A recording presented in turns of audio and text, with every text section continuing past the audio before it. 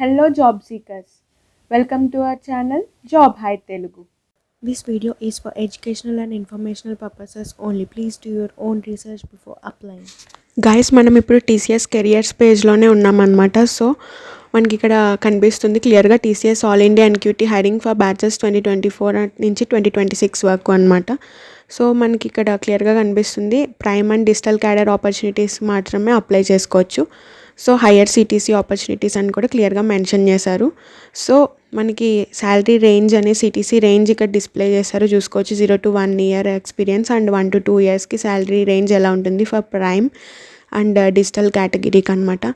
So దీనికి registration start date 18th February and end date వచ్చేసి 20th March 2026 and test date కూడా mention చేస్తారు మనకి 10th March 2026 నుంచి.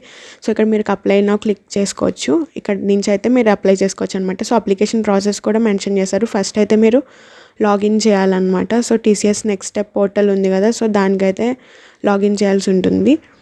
సో ఇక్కడ మీరు రిజిస్టర్ నవ్ అని ఉంది కదా, సో ఇక్కడైతే మీరు క్లిక్ చేయాల్సి ఉంటుంది.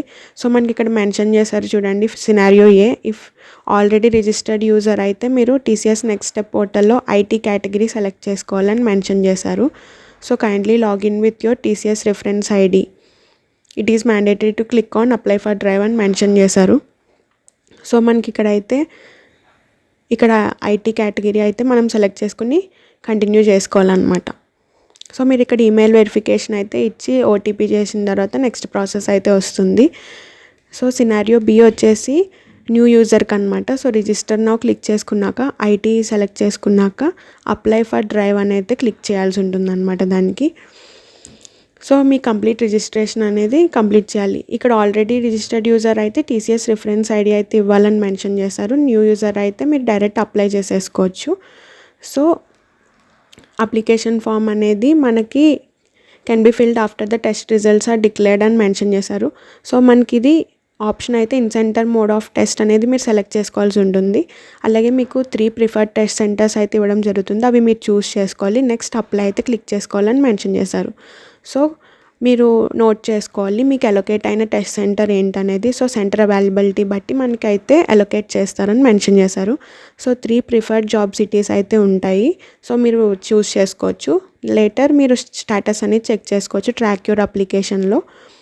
సో నెక్స్ట్ మనకి ఏంటంటే టెస్ట్ ఎలిజిబిలిటీ అనేది చూద్దాం ఇప్పుడు ఏంటనేది. సో క్వాలిఫికేషన్ డీటెయిల్స్ వచ్చేటప్పటికి మనకి బ్యాచెస్ 2024 నుంచి 2026 బ్యాచెస్ అయితే eligible guys. So bachelors of technology BTech or BE or MTech వీళ్ళు, అలాగే ఎంఈ కేటగిరీస్ ఎంఈ క్యాండిడేట్స్ ఎవరైతే ఉన్నారో వాళ్ళు, MCA and MSc or MS చేసిన వాళ్ళు అప్లై చేసుకోవచ్చు. సో దీనికి AICTE or UGC approved universities or colleges నుంచి అయితే గ్రాడ్యుయేషన్ కంప్లీట్ చేయాలి. సో మీ అకాడమిక్ అగ్రిగేట్ చూసుకున్నప్పటికీ మినిమం అగ్రిగేట్ మీకు 60% అయితే ఉండాలని మెన్షన్ చేశారు. Or equivalent CGPA and 10th 12th and diploma if applicable అని మెన్షన్ చేశారు. So graduation and post graduation ఉన్నా కూడా అప్లికబుల్, ఇదే క్రైటీరియా అనమాట. సో బ్యాక్లాగ్స్ ఆర్ ఎరియర్స్ అయితే ఉండకూడదు. సో నో పెండింగ్ బ్యాక్లాగ్స్ అని అయితే క్లియర్గా మెన్షన్ చేశారు. సో నెక్స్ట్ ఎక్స్టెండెడ్ ఎడ్యుకేషన్ కూడా ఉండకూడదు, కంటిన్యూస్ ఉండాలన్నమాట ఎడ్యుకేషన్. సో ఏ స్టిపులేటెడ్ టైంలోనే డ్యూరేషన్లోనే మీరు కోర్స్ అనేది కంప్లీట్ చేయాలి. సో కెరీర్ గ్యాప్స్ ఉన్న వాళ్ళు కూడా not eligible. It is mandatory to declare gaps in education అనమాట. సో ఏమైనా గ్యాప్స్ ఉంటే డిక్లేర్ చేయమని అడుగుతున్నారు.